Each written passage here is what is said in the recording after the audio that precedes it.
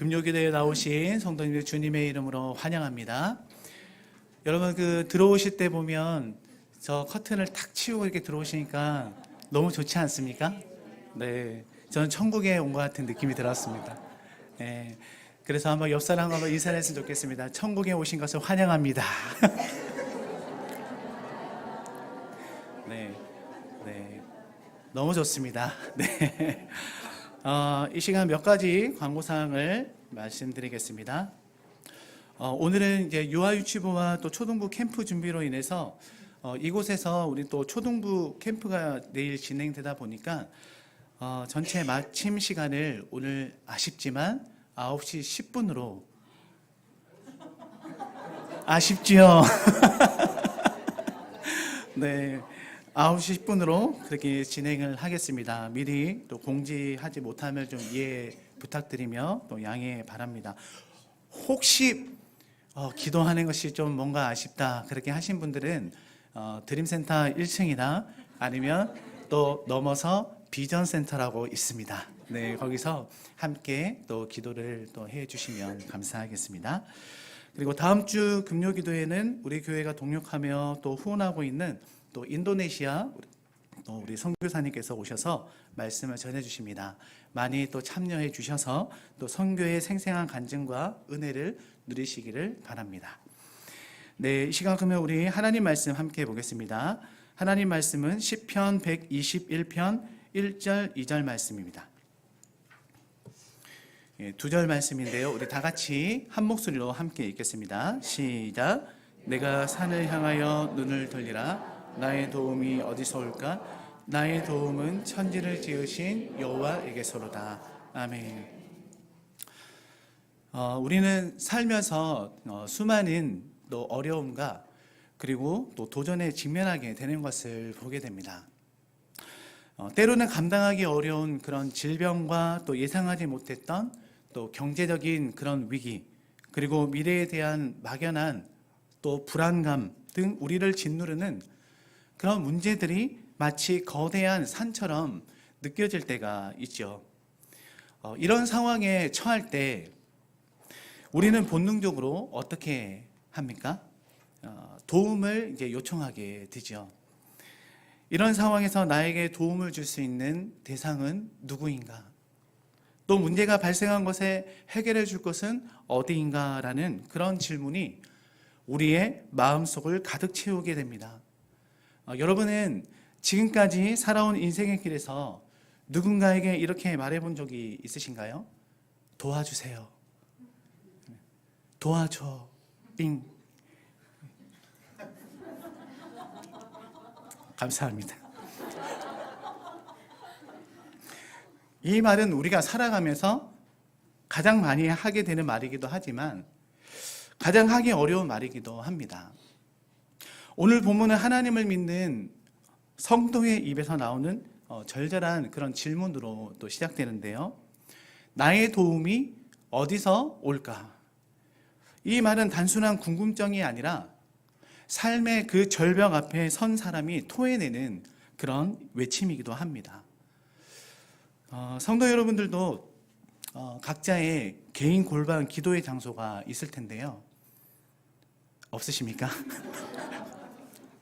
네, 저는 저의 개인 기도 골방 중에 한 곳이 저희 자동차입니다.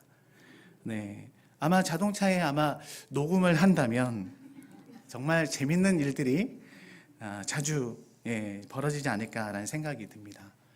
그 이유는 그 공간의 독특함과 일상의 틈 사이에서 생기는 이 자연스러운 순간들 때문이기도 하죠. 한 번은 제가 차를 타고 이렇게 가면서 하나님 앞에 기도를 하면서 이렇게 운전을 하였습니다. 눈을 감고 했을까요? 떠서 했을까요? 네, 당연히 눈을 뜨고 했습니다. 네. 근데 운전을 하다가 이렇게 이제 신호를 받게 되어 이제 정지를 이제 하게 되었는데요. 이 신호 대기 중에 갑자기 제 마음속에서 아까 또 뭐라고 얘기했죠? 운전하면서 이제 기도를 하다 오니 이 갈급한 심령이 또 막 이렇게 있는 거 아니겠습니까? 같이 또 내일부터 이제 시작되는 또 여름 캠프가 어느 부서죠? 유치부, 네, 초등부 어떻게 잘하시네요. 네, 근데 이와 같은 우리의 기도 제목들이 막 이렇게 생각나면 또 이렇게 하나님 앞에 간절함으로 막 부르짖고 싶을 때가 있지 않겠습니까? 그러면서 갑자기 막 제 마음속에 주님을 향해 막 선포하고 싶은 마음이 막 생긴 거예요. 그래서 그때 신호를 딱 대기하고 있는 중에 제가 이렇게 하나님 앞에 외쳤습니다. 주여! 아버지! 할렐루야! 네. 괜찮습니다. 직분이 목사이기도 하지만 저라고 제 마음속에 간절함이 없겠습니까? 여러분들도 다 그렇게 외치지 않습니까? 지금 얌전하게 앉아 계시지만 안 그렇잖아요. 네. 근데 정말 그런 그 순간에 그런 하나님을 향한 갈망의 그런 외침이 있었던 거였습니다. 근데 그렇게 외치고 난 후 저는 앞을 보고 있었는데요. 근데 왠지 기분이 누가 나를 보고 있는 듯한 그 느낌이 든 거예요. 그래서 저도 계속 앞을 보고 싶은데 뭔가 쳐다보고 있는 듯한 느낌이 들어가지고 저를 쳐다보고 있는 듯한 그 오른쪽을 향해 이렇게 봤더니 어떤 저 옆 차량에 계시는 어떤 한 분이 그 아저씨인 것 같은데 저를 환하게 웃으시면서 이렇게 고개를 절절 흔들고 있는 거예요. 아, 그 순간 제가 깨달았습니다.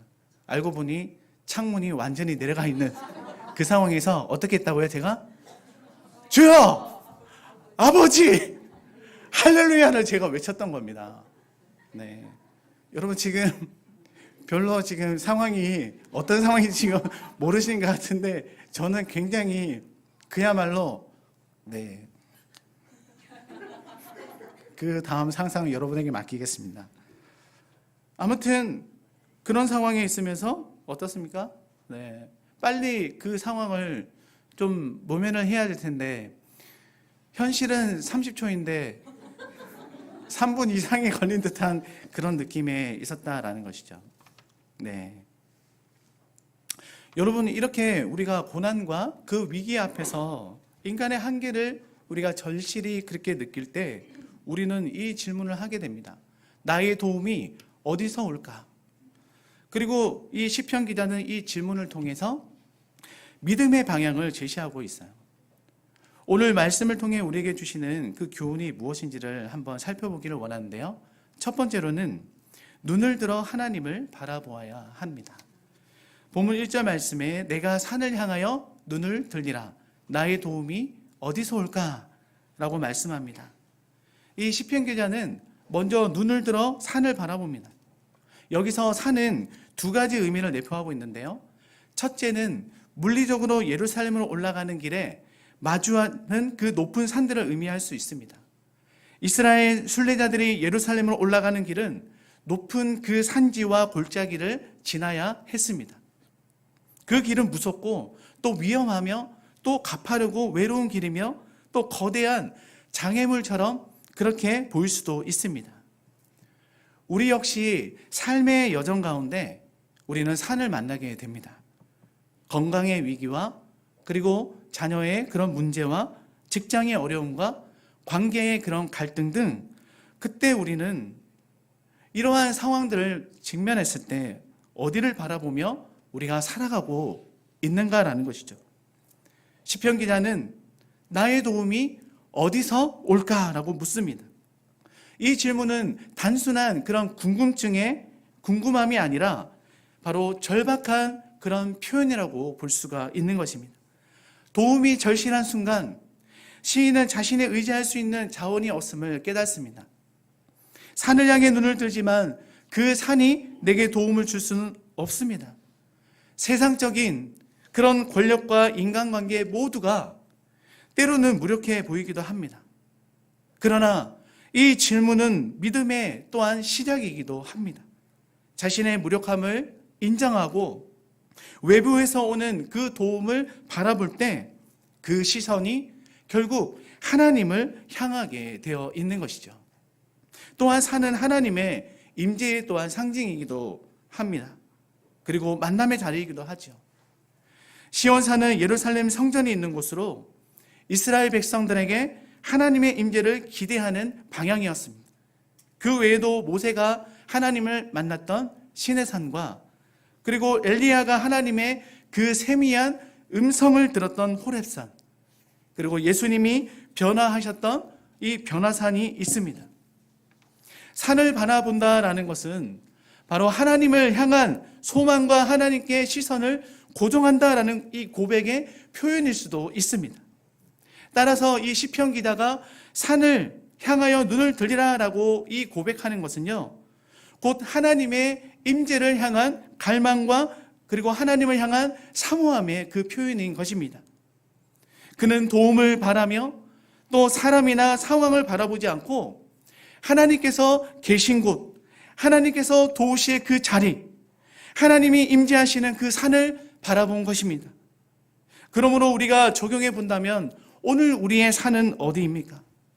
우리에게 산은 바로 기도의 자리일 수도 있고 또 예배의 자리일 수도 있고 말씀 앞에 머무는 그 시간일 수 있는 것입니다. 하나님의 임재를 구하는 마음으로 우리의 시선을 산으로 들어 올릴 때 우리는 절망 가운데서도 소망을 발견하게 되고 고난 가운데서도 하나님의 도우심을 경험하게 되는 줄로 믿습니다. 우리가 오늘 이 시간 이 금요 기도회 뿐만 아니라 이 예배의 자리에 나오게 된 것이 무엇입니까? 바로 우리의 영적 성장의 필수적인 것이기 때문입니다. 말씀을 통해 하나님의 뜻을 배우고 우리의 삶을 돌아보며 믿음 안에서 어떻게 살아야 할지 그것을 하나님의 말씀 가운데 조명하며 깨닫게 되는 것입니다. 공동체와 함께 예배하면서 서로의 믿음을 격려하며 또한 신앙의 본을 보며 함께 성장해 나가는 것입니다. 이것은 개인의 이 믿음을 굳건히 하고 또 세상의 유혹과 어려움 속에서도 흔들리지 않는 그런 영적인 뿌리를 내리는데 도움이 되는 것이죠. 그리고 하나님께서 우리에게 주신 교훈 두 번째는 무엇입니까? 도움이 필요한 존재임을 인정해야 하는 것입니다. 오늘 본문 2절 말씀에 나의 도움은 천지를 지으신 여호와에게서로다 라고 말씀하고 있습니다. 세상은 우리에게 여러 종류의 그런 도움을 제안하고 있습니다. 인생의 길을 걷다 보면 우리는 때론 지치고 흔들리고 때로는 무너질 것 같은 상황에 놓이곤 합니다. 이런 순간에 시편 기자는 나의 도움이 어디서 올까? 라고 묻고 곧 이어 그 답을 확실하게 선포합니다. 나의 도움은 천지를 지으신 여호와에게서로다. 이것은 단순한 그런 고백이 아니라 바로 믿음의 선언입니다. 우리가 필요로 하는 도움은 사람이나 환경에서 오는 것이 아니라 온 세상을 창조하신 하나님께로부터 온다라는 사실입니다. 천지를 지으신 하나님은 능력이 많으신 분이시기에 우리의 문제를 해결하실 수 있는 분뿐만 아니라 또한 신실하신 분이시기 때문에 우리가 어디서 무엇을 하든 때를 따라 돕는 은혜로 우리에게 다가와 주시는 전능하신 하나님이신 줄로 믿습니다. 사람의 도움은 한계가 있습니다. 나 자신의 힘도 쉽게 무너질 수 있습니다. 그러나 하나님은 창조주이시며 능치 못하심이 없는 우리의 전능하신 하나님이신 것입니다. 여러분, 하나님으로부터 도우심을 받았던 그런 성경 인물들이 많이 있는데요. 그 중에 우리는 다니엘을 한 예로 든다면 다니엘은 어떠한 사람이었습니까? 다니엘은 바벨론과 메대 바사 제국 시대를 거치며 여러 왕을 섬긴 유능하고 정직한 그런 관리였습니다. 그가 메대 사람 다리오 왕에게도 인정받자 다른 고관들이 질투하여서 다니엘을 함정에 빠뜨릴 계략을 꾸밉니다. 이 계략을 찾다가 보니 다니엘이 하루에 3번 하나님 앞에 기도를 하는 것을 알게 되어 그들은 다리오 왕에게 이렇게 말합니다. 30일 동안 왕 외에 다른 신이나 사람에게 기도하는 자는 사자굴에 던져야 한다라는 법령을 세워주십시오. 왕은 깊이 생각하지도 않고 그 법령에 그 인장을 찍어 공포합니다. 다니엘은 이 법령이 발표되었음에도 불구하고 그러나 어떻게 합니까? 이전처럼 하루에 3번 예루살렘을 향해 창문을 열고 하나님께 간절히 기도합니다. 그는 자신의 이 믿음을 숨기지 않았고 기도를 멈추지 않았습니다. 다니엘서 6장 10절 말씀을 다 같이 한번 읽어보겠습니다. 시작. 다니엘이 이 조서에 왕의 도장이 찍힌 것을 알고도 자기 집에 돌아가서는 윗방에 올라가 예루살렘으로 향한 창문을 열고 전에 하던 대로 하루 3번씩 무릎을 꿇고 기도하며 그의 하나님께 감사하였더라. 아멘. 하루에 3번 전에 하던 대로. 여러분, 우리가 중요한 포인트는 무엇입니까? 항상 다니엘이 어떻게 해요? 전에 하던 대로 하루에 3번씩 하나님 앞에 그 갈망하는 심령을 가지고 주님 앞에 기도하였다라는 이 부분에서 우리는 여러 가지를 많은 것을 깨닫게 됩니다. 여러분, 우리도 습관 따라 하나님께서 우리에게 주신 그 거룩한 습관에 따라 하나님을 찾는 그러한 경건의 훈련과 연습이 우리에게 필요하다라는 것입니다. 다니엘은 그와 같은 행동을 하였지만 그 결과 어떻게 됐습니까? 오히려 하나님께서 그에게 더 은혜를 베풀어 주셨고 또 그 사자굴에 던져 넣음을 당했다 할지라도 어떻습니까? 잡혀먹지 않고 오히려 살아난 것을 보게 되죠. 믿음에 지킨 이 다니엘은 어떤 위협 앞에서도 하나님을 향한 이 예배와 그리고 기도를 멈추지 않았고 눈에 보이진 않지만 결정적인 순간에 살아 역사하시는 구원의 하나님, 이 도움이 필요한 존재임을 인정하면서 하나님께 도움을 구하게 된 것을 보게 됩니다. 오늘 본문의 말씀에서 천지를 지으신 여호와라는 표현은 바로 하나님이 단지 위로만 주시는 분이 아니라 현실 속에서 능력으로 역사하시는 분이라는 것을 우리는 깨달아야 합니다. 나를 만드시고 우리의 인생 가운데 인도하여 주시고 지켜주시는 그 하나님의 그 믿음을 확신하며 살아갈 수 있는 사랑하는 우리 엘사랑교회 모든 성도들 되시기를 간절히 소망합니다. 이제 말씀을 맺겠습니다. 사랑하는 성도 여러분, 오늘 말씀을 함께 적용을 해볼 때 오늘도 우리의 삶의 여러 산들을 지나고 계십니까? 문제를 만났을 때 어디를 먼저 바라보고 있습니까? 우리는 우리에게 다가온 그 산을 바라보면서 우리가 두려워하는 것이 아니라 우리의 도움에 우리에게 또한 함께 이끌어 주시는 천지를 지으신 그 여호와 하나님을 온전히 바라볼 수 있는 믿음의 사람이 되시기를 간절히 소망합니다. 그래서 이 시간 우리 함께 옆 사람과 함께 이렇게 인사했으면 좋겠습니다. 나의 도움은 천지를 지으신 여호와이십니다. 네. 여러분 믿으십니까? 네.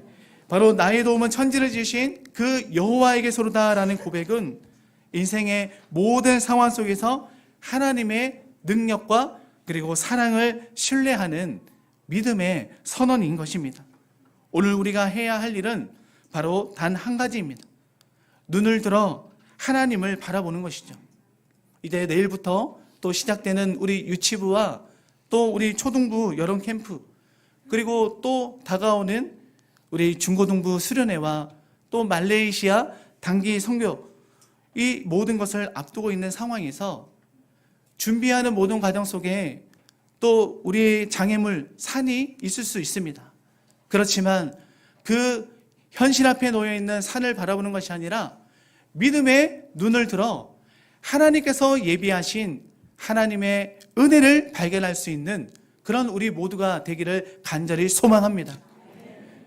그리고 하나님께서는 여전히 우리와 함께 동행하여 주신다라는 이 사실을 끝까지 믿음의 눈으로 바라보면서 날마다 주님 안에서 믿음 안에 승리하는 우리 모든 성도 되시기를 예수님의 이름으로 축복합니다.